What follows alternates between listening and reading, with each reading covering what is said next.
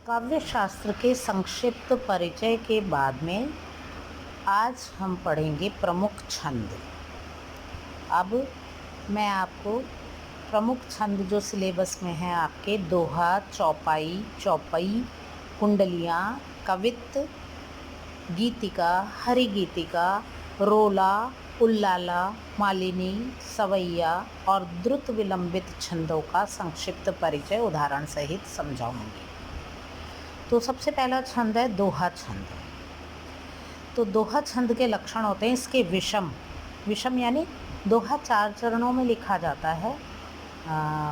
पहला, दूसरा, तीसरा, चौथा, यानी कि ये 2 पंक्तियों में लिखा जाता है। दोनों पहली पंक्ति के बीच में यति होती है और दूसरी पंक्ति के बीच में भी यति होती है, जिससे इनको विच्छेद किया जाता है।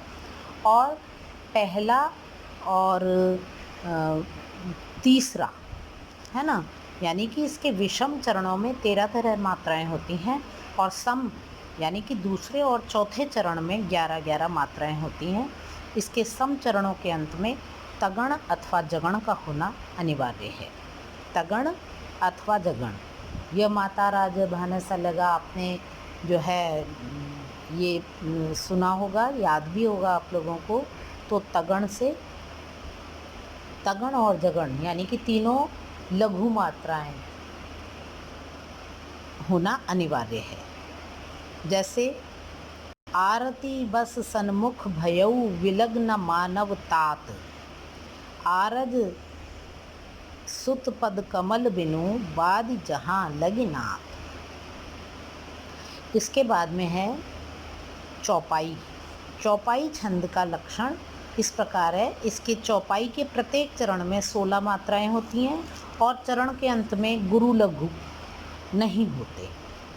जैसे कंकन किंकिनी नूपुर धुनसुनी, कहत लशनसन राम हृदय सुनी, यानी कि इसके प्रत्येक चरण में 16 मात्राएं होती हैं और चरण के अंत में गुरु और लघु नहीं होते।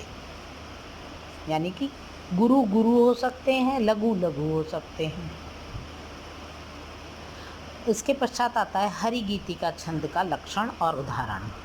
तो हरिगीतिका छंद के प्रत्येक चरण में 16 और 12 मात्राओं पर यति के क्रम से 28 मात्राएं होती हैं। यानी कि प्रत्येक चरण में 28 मात्राएं होती हैं और 16 और 12 मात्राओं पर यति होती है। चरण के अंत में लघु गुरु होता है, लघु और गुरु होता है। उदाहरण के लिए, संसार की समर स्थली में धीरता धारण करो, चलते हुए निज इष्ट पथ पर संकटों से मत डरो। जैसे डरो, करो, ये है ना उदाहरण। तो इसमें पहला तो है लघु और बाद वाला अक्षर है गुरु। करो, क तो हो गया लघु और रो हो गया गुरु। संसार की समरस्थली में धीरता धारण करो, चलते हुए निज इष्ट पथ पर संकटों से मत डरो, जीते हुए भी मृतक सम रह कर न केवल दिन भरो। फिर भरो आ गया ना, वरवीर बनकर आप अपनी विघ्न बाधाएं हरो। तो करो, डरो, भरो, हरो, ये है चरण के अंत में लघु गुरु होता है। हरिगीतिका के बाद में गीतिका छंद। गीतिका छंद के प्रत्येक चरण में 14, 12 के विराम से 26 मात्राएं होती हैं। यानी गीतिका छंद के प्रत्येक चरण में 26 मात्राएं होती हैं और 14, 12 पर यति होती है और अंत में एक लघु तथा एक गुरु वर्ण होता है। जैसे अभी हमें करो, डरो, भरो, हरो यानी कि लघु और गुरु पढ़ा, इस तरह से अब एक लघु और एक गुरु वर्ण होगा।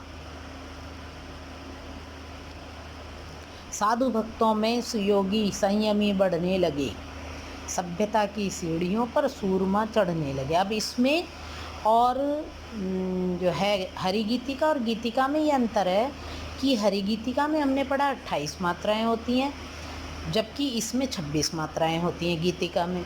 और इनमें एक जो है लक्षण समान होता है।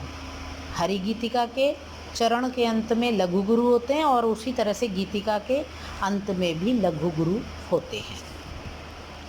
तो गीतिका का उदाहरण है साधु भक्तों में सुयोगी संयमी बढ़ने लगे, सभ्यता की सीढ़ियों पर सूरमा चढ़ने लगे।